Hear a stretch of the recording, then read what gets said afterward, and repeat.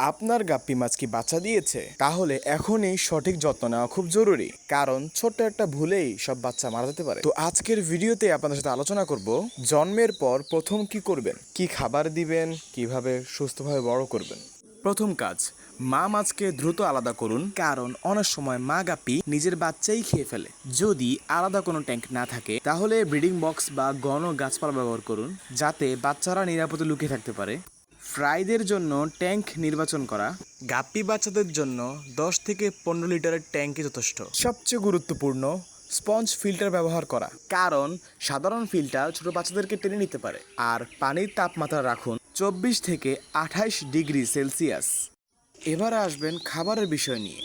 নতুন গাপ্পির বাচ্চা খুব ছোট, তাই সঠিক খাবার খুব গুরুত্বপূর্ণ। প্রথম 1 থেকে 2 সপ্তাহ দিন বেবি ব্রাইন শ্রিম, ইনফিউসোরিয়া বা গুরাফ্লিক্স।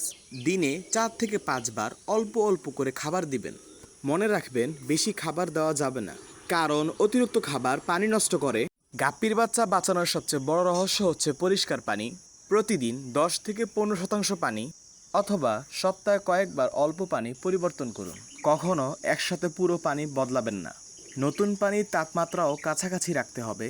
গাপ্পির বাচ্চা দ্রুত বড় করতে চাইলে প্রোটিন সমৃদ্ধ খাবার দিন, পরিষ্কার পানি রাখুন এবং ট্যাঙ্কে অতিরিক্ত ভিড় করবেন না, অর্থাৎ অতিরিক্ত মাছ রাখবেন না। যত ভালো পরিবেশ তত দ্রুত গ্রোথ। এই ভুলগুলি কখনোই করবেন না, যা হচ্ছে ট্যাঙ্কে মা মাছ রেখে দেওয়া, বেশি খাবার দেওয়া, নোংরা পানি এবং বড় মাছের সাথে রাখা।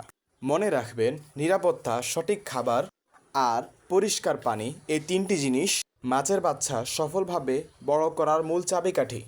ভিডিওটা ভালো লাগলে লাইক, শেয়ার এবং সাবস্ক্রাইব করুন। তো আজকের জন্য এই পর্যন্তই। আল্লাহ হাফেজ, ভালো থাকবেন, নিজের খেয়াল রাখবেন, ভালো রাখবেন চারপাশ।